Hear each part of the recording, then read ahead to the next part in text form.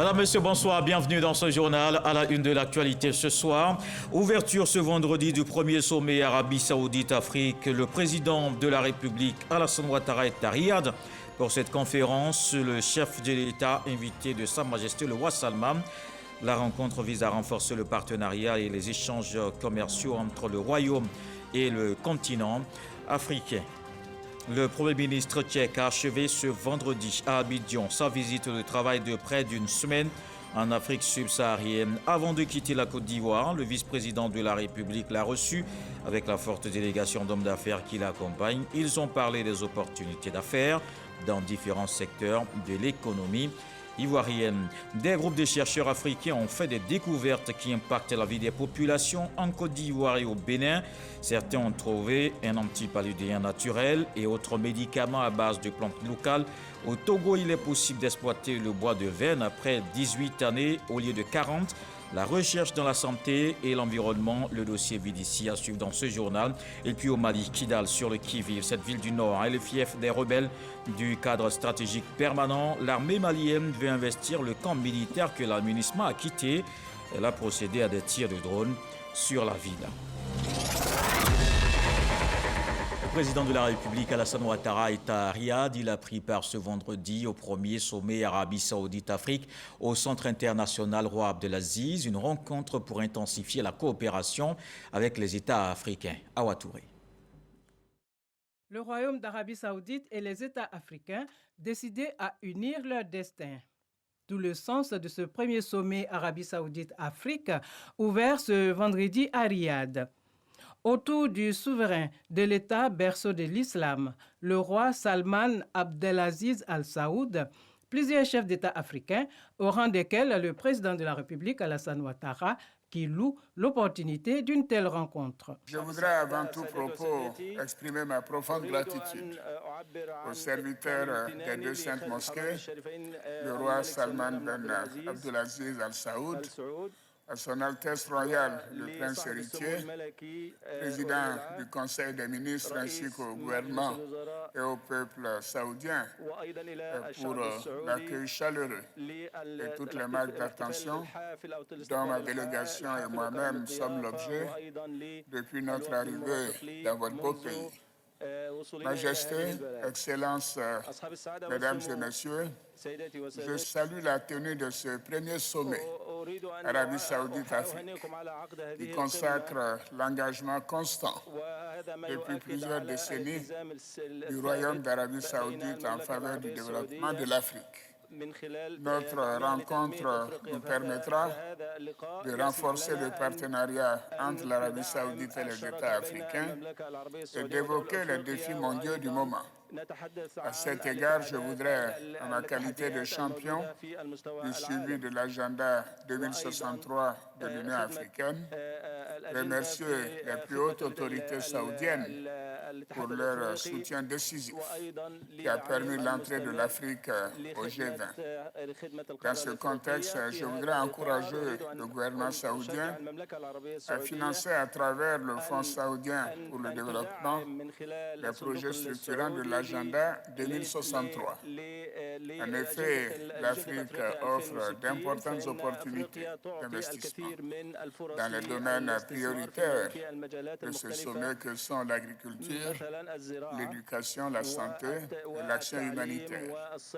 Par ailleurs, nous encourageons l'Arabie saoudite à accompagner les pays africains dans leur transition énergétique, à travers notamment le financement des énergies renouvelables. Selon le président Alassane Ouattara, de telles aspirations doivent être à l'image de la coopération bilatérale entre le Royaume d'Arabie Saoudite et la Côte d'Ivoire. Ces dernières années, les deux pays ont intensifié leurs relations dans plusieurs domaines. Sur le plan bilatéral, je me réjouis de la qualité des relations que mon pays, la Côte d'Ivoire, entretient depuis des décennies avec l'Arabie saoudite. Ces relations ont connu un regain de dynamisme à l'occasion de ma visite d'État en 2019, qui a permis d'initier d'importants projets de développement. De plus, la Côte d'Ivoire a bénéficié de l'initiative Route de la Mecque, lors du Hajj 2023, ainsi que d'un don d'environ 3 millions de dollars américains pour l'achèvement des travaux de construction de la plus grande mosquée du quartier des affaires de notre capitale économique Abidjan. Nous devons approfondir davantage la coopération entre nos deux pays.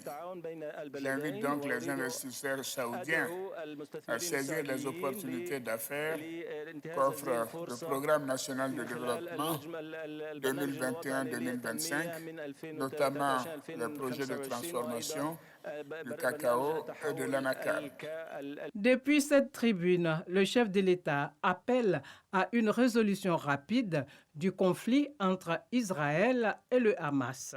Je ne saurais terminer mes propos sans lancer un appel à un cessez-le-feu dans la bande de Gaza, à l'ouverture de couloirs humanitaires ainsi qu'à l'instauration d'une paix durable à travers la création de 2 États, conformément aux résolutions pertinentes des Nations Unies. Ce premier sommet ouvre une nouvelle ère de coopération entre les États africains et le Royaume d'Arabie saoudite.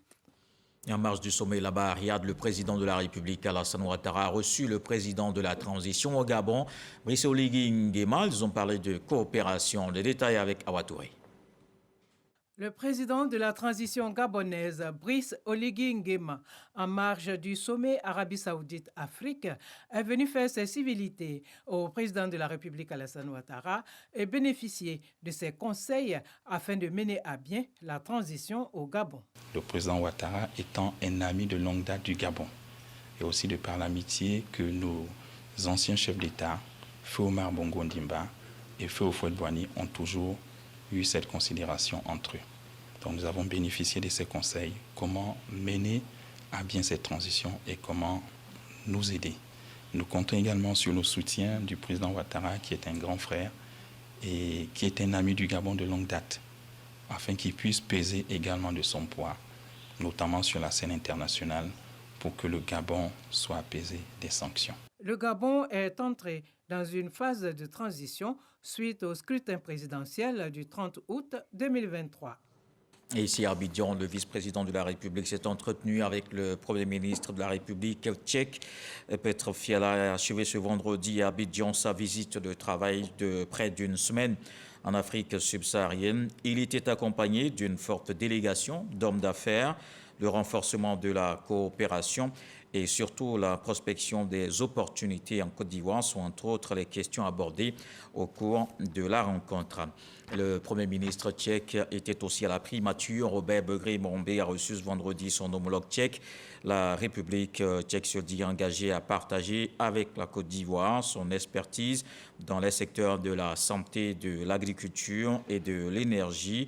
Elle voit un potentiel pour les entreprises tchèques dans le pays, dans les secteurs du transport, de la sécurité et de la défense.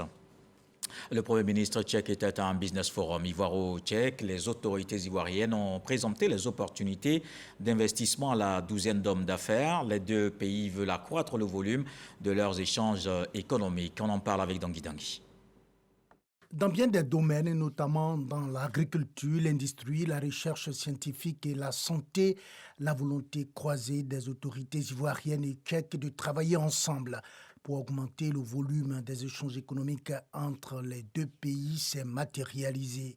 En présence des membres du gouvernement des deux pays, la Chambre de commerce et d'industrie de Côte d'Ivoire et la Confédération d'industrie tchèque ont signé un protocole d'accord. Le secteur privé est placé au cœur de la création de la richesse nationale. La question de la souveraineté alimentaire est devenue un véritable enjeu pour lequel des partenariats privés-privés entre entreprises ivoiriennes et tchèques, soutenus par les deux gouvernements, sont plus que souhaités. C'était à l'ouverture du Business Forum ivoiro-tchèque où, représentant le Premier ministre ivoirien, Kobena Kwasi Adjoumani a présenté le potentiel de son pays à la douzaine d'hommes et de femmes d'affaires tchèques présents. La Côte d'Ivoire est une terre d'opportunités, un pays d'avenir, un havre de paix. Et le secteur privé tchèque est donc invité à investir massivement en Côte d'Ivoire en saisissant l'ensemble des opportunités qui s'offrent à lui dans le cadre de partenariats prospères et de long terme. Des présentations plus détaillées des opportunités d'affaires entre la Côte d'Ivoire et des rencontres B2B entre entreprises tchèques et ivoiriennes ont été les grandes articulations de ce Business Forum ivoiro-tchèque organisé en marge de la visite officielle du Premier ministre de la République tchèque en Côte d'Ivoire. Parlons aussi de bienfaisance. Rotary Club Abidjan Golf a organisé un gala, la nuit de l'espoir. Plusieurs personnalités distinguées pour leur contribution. C'est le cas du président de l'Assemblée nationale, Adama Bictogo, Chris Diomandé, Abou Sanogo. 3 personnalités ivoiriennes intervenant dans divers domaines d'activité distinguées au dîner gala de bienfaisance du Rotary Club d'Abidjan Golf dénommé Nuit de l'Espoir.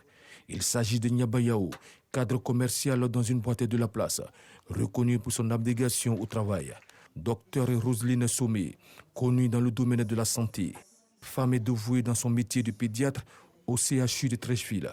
Adama Bictogo a reçu de façon exceptionnelle la citation du président du Rotary International et le titre de Paul Harris Fellow, du nom du fondateur du Rotary International. Je voudrais saluer le Rotary qui, par ses actions, traduisent ce que devrait être l'humanité, contrairement à ce que nous vivons aujourd'hui, la générosité, l'humilité, l'écoute et la tolérance. Et je voudrais donc dédier cette distinction à tous ceux qui, partout, donnent le meilleur d'eux-mêmes pour que des enfants survivent. Le président du Rotary Club Abidjan Golf, ces personnalités distinguées sont des exemples à suivre. C'est aussi une action pour nous de reconnaître aussi ces gens qui font parler leur cœur, qui agissent au quotidien dans le silence, dans l'édification de l'œuvre humanitaire et puis de la paix en Côte d'Ivoire. Le parrain de la cérémonie, Ian Yakoubassi, n'a pas manqué de rendre un hommage à ces personnalités. À ce gala de bienfaisance, des fonds ont été levés pour le financement d'œuvres sociales qui seront menées par le Rotary Club Abidjan Golf. Ce sont la réhabilitation et l'équipement de plusieurs centres de soins des mères kangourous de Côte d'Ivoire et ouvrages éducatifs de la bibliothèque et du lycée moderne de Nouamou dans le sud de Komoé, le forage et l'adduction en eau du village de Petit Danani et la construction d'un château d'eau dans un village de Sikinsi. La Chambre que préside Adama Bictogo est en pleine session parlementaire. Le budget à l'examen. Les ministres des Transports, de l'Environnement, de l'Hydraulique, de la Transition numérique, des Eaux et Forêts ou encore des Sports étaient face à la Commission des Affaires économiques et financières. Le budget 2024 adopté, un engagement pris par tous d'œuvrer pour le bonheur des populations. Franck Quadio. Les députés membres de la Commission des affaires économiques et financières adoptent à main levée les projets de budget 2024 de 6 ministères. Le ministre de l'Environnement, Jacques Assaoré, Boaké Fofana de l'Assainissement et Laurent Tchagba des Eaux et Forêts, en mission remplacée par son homologue Amédée Kouakou, constituant le pôle 7 Environnement, cadre de vie et protection de la nature, échange point par point avec les députés sur les différents axes stratégiques pour l'exercice à venir. Une satisfaction. C'est un total de 502 milliards de ressources qui ont été votées par la Commission à l'unanimité de ses membres. Nous avons apprécié la vigueur des débats, la pertinence des questions et nous voulons en tout cas remercier l'ensemble des membres de la Commission. Et nous sommes prêts en tant que membres du gouvernement à revenir à tout moment. Les ministres des Transports et de la Transition numérique sont soumis au même exercice. Tous les deux revendiquent une politique d'adaptation aux normes actuelles. En ce qui concerne la digitalisation et la transition numérique, premièrement, la simplification des procédures, mais également pour améliorer donc, la gestion des ressources publiques. Donc nous sommes heureux que ce budget ait été adopté, qui nous permettra donc, de traduire en actes les instructions qui ont été données par M. le Président de la République. En ce qui concerne le ministère des Transports, c'est la poursuite des réformes que nous avons engagées pour améliorer donc, la sécurité, moderniser le transport dans son ensemble. Un peu plus tôt dans la journée, le ministre des Sports et du cadre de vie, plus de 40 milliards dédiés, mais surtout rassurer l'hémicycle sur le bon déroulement des préparatifs de la CAN 2023. L'actualité, c'est la CAN. la canne de l'hospitalité, la canne qui rehausse l'image de la Côte d'Ivoire, que tous les Ivoiriens se mobilisent pour accueillir toute la Côte d'Ivoire, l'Afrique et le monde. L'examen du projet de loi de finances portant budget 2024 regroupe tous les ministères en sphère d'activité de 9 pôles. On reste dans la chambre basse. Les ministres de la Culture, de la Communication, du Tourisme et de la Promotion de la Jeunesse étaient aussi à l'Assemblée nationale. Ils ont défendu leur budget pour l'année 2024, des projets de loi que les députés ont adoptés en commission. Didier Nguessan. La ministre de la Culture et de la Francophonie, Françoise Remac, présente et défend le projet de budget 2024 de son département. 24 97 725 789 francs CFA. À sa suite, Amadou Koulibaly, ministre de la Communication, évalue le budget 2024 de son ministère à 37 507 99 582 francs CFA. Des programmes sur la promotion de la jeunesse, l'insertion professionnelle et le service civique vont exiger 65 508 579 640 francs CFA. Le ministre Mamadou Touré, représentant également son collègue du tourisme et des loisirs, a présenté les projets qui doivent faire passer la Côte d'Ivoire de la 3e place du tourisme d'affaires en Afrique à la 1re place. Pour cela, il sollicite un budget de 14 38 millions de francs CFA. Après les contributions et amendements des députés, la Commission des affaires économiques et financières de l'Assemblée nationale adopte les 4 budgets présentés. Cela montre tout l'intérêt qui est apporté donc à nos ministères. Et ces crédits que nous avons demandés correspondent à l'ambition du chef de l'État d'avoir donc un département de la culture qui soit donc je dirais un moteur donc de développement de notre pays, qu'au niveau de la jeunesse avec le programme donc de l'emploi jeune qui a été développé et plus récemment le programme jeunesse du gouvernement, que donc ce ministère puisse assurer davantage la promotion donc de l'emploi de la jeunesse. Et au niveau de la communication, bien entendu, il s'agira de donner plus de visibilité à toutes ces actions qui sont posées afin de permettre donc à notre pays de rapidement atteindre son ambition d'être un pays donc à revenu intermédiaire de classe supérieure. Il va sans dire que le tourisme contribue également à cela. Les taux d'exécution des budgets 2022 des 4 ministères oscillaient entre 98 et 99%. Alors maintenant au Sénat, le corps diplomatique ivoirien a désormais un nouveau statut. Les sénateurs approuvent le projet de loi en commission des affaires sociales et culturelles, plan de carrière, droits et avantages. Les lignes ont bougé pour ces serviteurs de l'État de Côte d'Ivoire. Et vous allez le voir, la présidente du Sénat, Kandia Camara, qui est à l'origine de cette innovation majeure, a pris part aux travaux. Kader Sogodogo. Ouattara Ouattara, ministre délégué chargé de l'intégration africaine et des Ivoiriens de l'extérieur, applaudissant, tout heureux. Kandia Kamisoko Camara, la présidente du Sénat, ne laisse pas cacher sa joie. Le corps diplomatique ivoirien a un nouveau statut qui va lui conférer un mieux-être. Cette loi a été adoptée par le gouvernement, Monsieur le Président, tenez-vous bien, le 9 novembre 2022, puis aujourd'hui par le Sénat le 9 novembre 2023, un an jour pour jour. Madame la Présidente du Sénat, je voudrais vous exprimer nos sincères remerciements et notre gratitude pour le travail que vous avez accompli, pour avoir porté sur les fonds baptismaux ce projet qui aujourd'hui connaît un aboutissement heureux. Mes remerciements vont enfin à l'endroit de la Corporation des diplomates pour leur patience et leur foi dans l'adoption de ce texte. Ce jour, Monsieur le Président, est un jour historique que les diplomates ivoiriens ne sont pas prêts d'oublier. Et la grande famille de la diplomatie, à travers mon humble voix, vous remercie. Des sacrifices pour la nation qui méritent reconnaissance. Kandia Kamisoko Camara a pensé, voulu et obtenu ce projet de loi pour le corps diplomatique. La diplomatie joue un rôle prépondérant dans les interactions de notre pays avec les autres États du monde entier.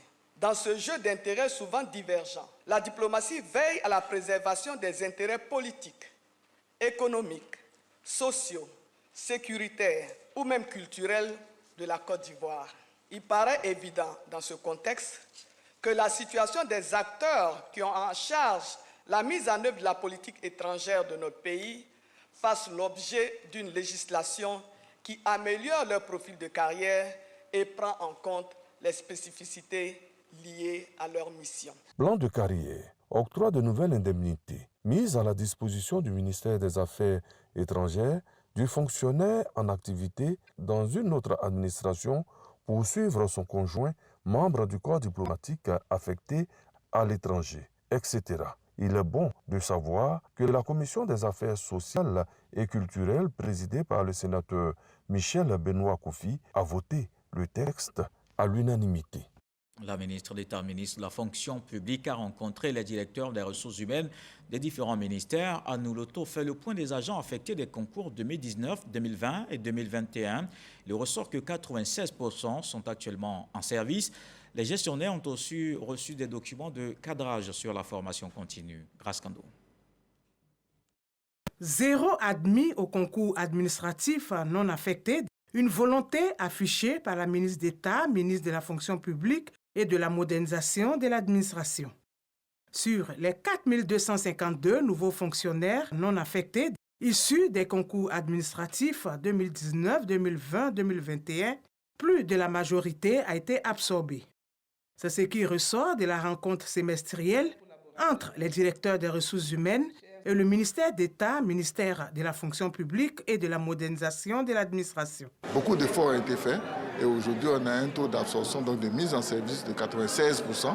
Donc il nous reste un résultat de 4% de fonctionnaires à mettre effectivement au service. Au sortir de cette rencontre, les directeurs des ressources humaines ont pris l'engagement de faire en sorte que cela soit une réalité avant la fin de l'année. La formation continue des fonctionnaires et agents de l'État, une priorité également pour le gouvernement.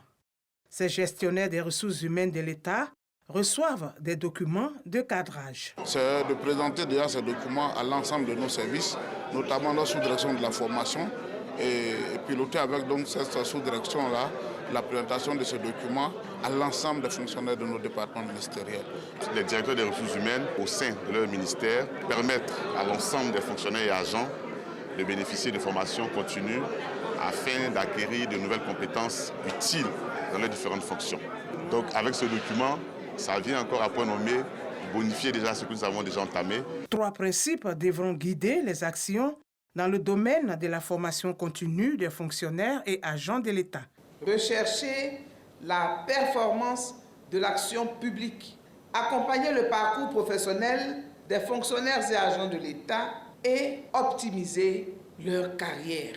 Promouvoir la redevabilité et la bonne gouvernance pour une qualité de service. Le bilan du contrôle électronique de présence au poste de travail au titre de l'année 2022 a été dressé. Selon la ministre d'État, ministre de la fonction publique et de la modernisation de l'administration, l'opération a permis de contrôler 248 941 fonctionnaires et agents de l'État sur 251 426, soit 99,01%.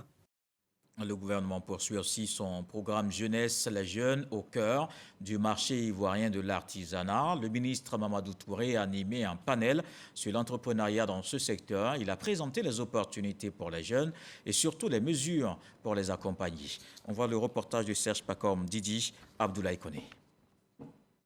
Dans le cadre de la valorisation du secteur de l'artisanat en Côte d'Ivoire, se tient à Abidjan la 5e édition du marché ivoirien de l'artisanat, le MIVA.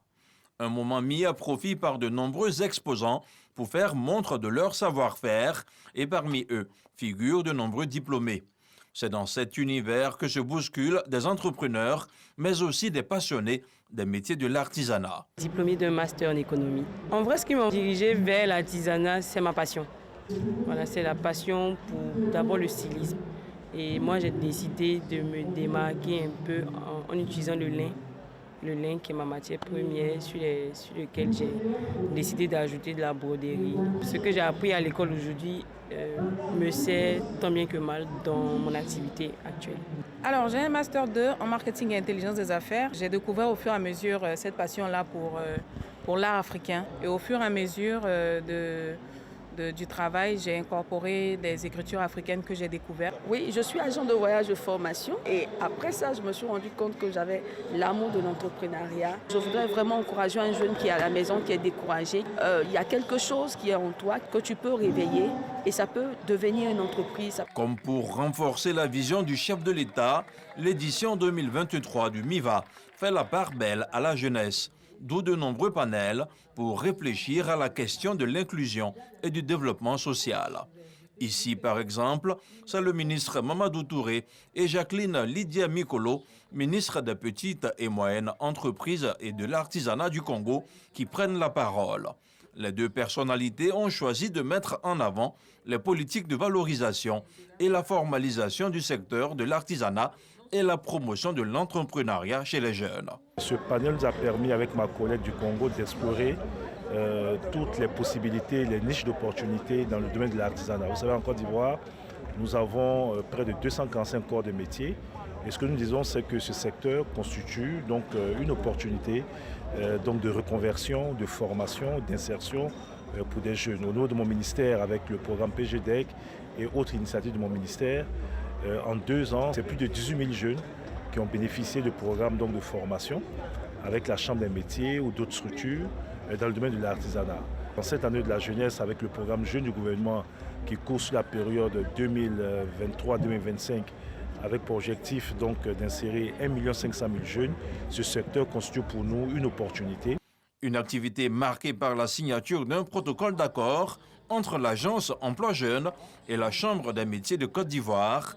L'activité de ce jour s'est achevée par une visite de stand tenue par des jeunes ayant bénéficié de l'appui de l'État de Côte d'Ivoire. Arrêtons-nous un instant sur la recherche scientifique. Des groupes de chercheurs africains proposent des découvertes à travers des consortiums. C'est le cas de Coviram au Bénin, qui met à disposition 3 médicaments à base de plantes locales. Les populations s'en servent déjà d'ailleurs pour se soigner. Ici en Côte d'Ivoire, certains ont trouvé un antipaludéen naturel. Bois de veine au Togo, des chercheurs tentent de sauver cette espèce aujourd'hui interdite d'exploitation dans plusieurs pays de la sous-région. Grâce aux efforts de la recherche, cet arbre peut être exploité après 18 années de culture contre 40 ans en milieu sauvage. Ces groupes de chercheurs bénéficient d'une subvention dans le domaine des sciences de la vie et de la terre. Quand la recherche innove dans la santé et l'environnement, le dossier vide ici de ce soir avec Walter Amadou Ouattara.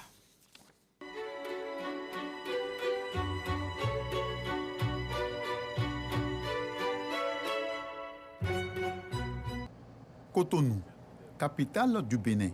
À quelques encablures de l'université Abomey-Calavi, nous rencontrons au quartier Zobadier Castève Konou, couturier de son état, qui a eu recours à un produit de la pharmacopée locale pour traiter une indigestion. Je souffrais de la diarrhée, j'avais un ami, puis c'est comme ça je lui ai fait part de ça et il m'a proposé des produits et fait par le laboratoire. J'avais pris ça comme du thé et quand j'ai pris ça, je n'ai plus vraiment senti ce que je sentais. J'ai apprécié le produit. C'est le résultat d'environ 2 années de travaux des chercheurs réunis au sein d'un consortium dénommé Covidram. Ils s'intéressent au traitement des symptômes de la Covid. Pour la population, nous avons pu mettre au point 3 phytomédicaments. Nous avons un pourcentage d'efficacité qui doit tourner autour de 90-92%.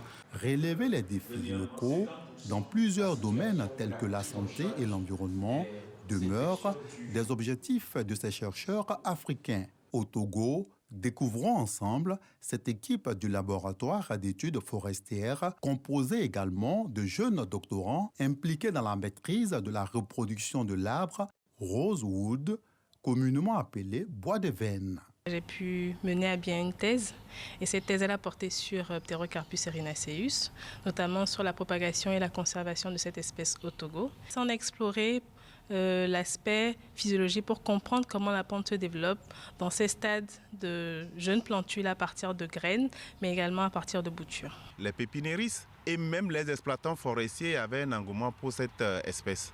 D'ailleurs, en 2016, le gouvernement togolais a été obligé de soustraire cette espèce de l'exploitation parce qu'il y avait une forte pression sur cette espèce. Malheureusement, l'espèce de cet arbre est en danger. On l'utilisait beaucoup dans nos milieux pour fabriquer les mortiers, pour nourrir les animaux ou dans l'artisanat. En 2005, le Togo était devenu un pays exportateur et beaucoup de pays de la sous-région. Donc anticiper pour connaître la sylviculture de la plante et aider les populations à planter cette espèce-là, je peux saluer cette initiative du laboratoire de recherche forestière de l'Université de Lomé. La visite d'un champ-école et d'une parcelle d'expérimentation permet de voir de plus près les avancées de la recherche. L'objectif de ce travail, c'était pour voir l'effet des mycorhizes sur la croissance des plantes de Pterocarpus. Les mycorhizes, c'est des micro-organismes capables de capter la dose atmosphérique, permettant aux plants de croître. Ça remplace l'engrais chimique que nous apportons aux plants. De véritables lueurs d'espoir pour les ébénistes et les exploitants forestiers qui ignorent encore la possible reproduction du bois d'ébène en seulement 18 années au lieu de 40 à son état sauvage. Ces dernières années, nous avons des difficultés pour gagner le bois. Et les bois n'ont plus les formes parce qu'on a pris les gros bois et il nous reste seulement des brindilles que nous utilisons. Ces résultats sont possibles grâce au soutien de la CEDEAO à travers le programme d'appui à la recherche et à l'innovation PARI. Notre rôle en tant que coordonnateur, c'est d'amener les chercheurs de la région à travailler ensemble de sorte à mettre en place des programmes régionaux qui puissent lutter contre la pauvreté. Pour ambition de démocratiser le traitement antipaludique, la Côte d'Ivoire est élue au projet PARI. C'est donc une équipe pluridisciplinaire qui va faire des travaux complémentaires pour aboutir à la valorisation de recettes qui sont traditionnellement utilisées pour soigner le paludisme en Côte d'Ivoire. Les deux premiers consortiums ont reçu chacun un financement d'un montant de 200 000 $ américains, environ 123 millions de francs CFA de la CEDEAO. Ce montant leur a permis d'acquérir des équipements de pointe. Le modèle C-Élégance permet globalement de mener à terme des expérimentations animales. Si un composé peut inhiber des bactéries dans un organisme vivant. Donc aujourd'hui, dans ce laboratoire, nous avons l'essentiel. Grâce à ce programme-là, je peux faire la coupe anatomique du bois, je peux l'observer, je peux faire mes photos, je peux analyser la structure du bois, je peux faire tout ce que je veux. L'un des atouts du projet PARI, c'est le réseautage afin de favoriser l'intégration régionale ainsi que des partenariats entre pays parlant différentes langues officielles. Et c'est pourquoi nous avons le slogan « La CEDEAO du peuple ». C'est quand nous mettrons cette convergence de chercheurs ensemble, nous en avons, c'est ce que le forum fait tous les 2 ans, en permettant à des jeunes chercheurs, des inventeurs ou des innovateurs, comme on le dit, de venir mettre sur la place publique leur production. Satisfaction totale pour le président de la commission de la CEDEAO qui accorde une importance à la transformation, au développement inclusif et durable de la région. Nous avons mis en place des prix qui visent à récompenser les activités de recherche scientifique et les communautés scientifiques de la région. Et dans le département en charge de l'éducation, la science est en train de prêter attention aux nombreux défis en appuyant les activités de plusieurs groupes de chercheurs de notre région réunis en consortium en facilitant la communication et l'interaction entre nos scientifiques et ceux du reste du monde. Et je pense que l'importance de la science doit être reconnue par la CEDEAO.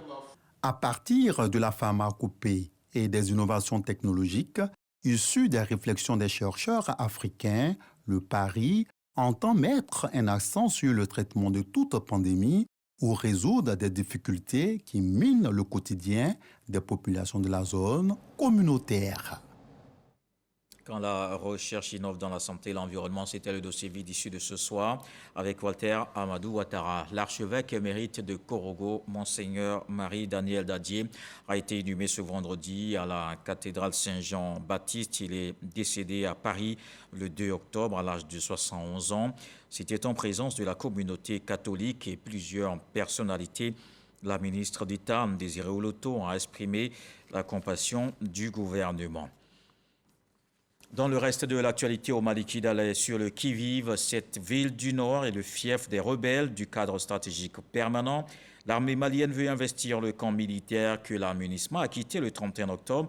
Elle a procédé à des tirs de drones sur la ville, une opération pour, dit-elle, lutter contre la menace terroriste.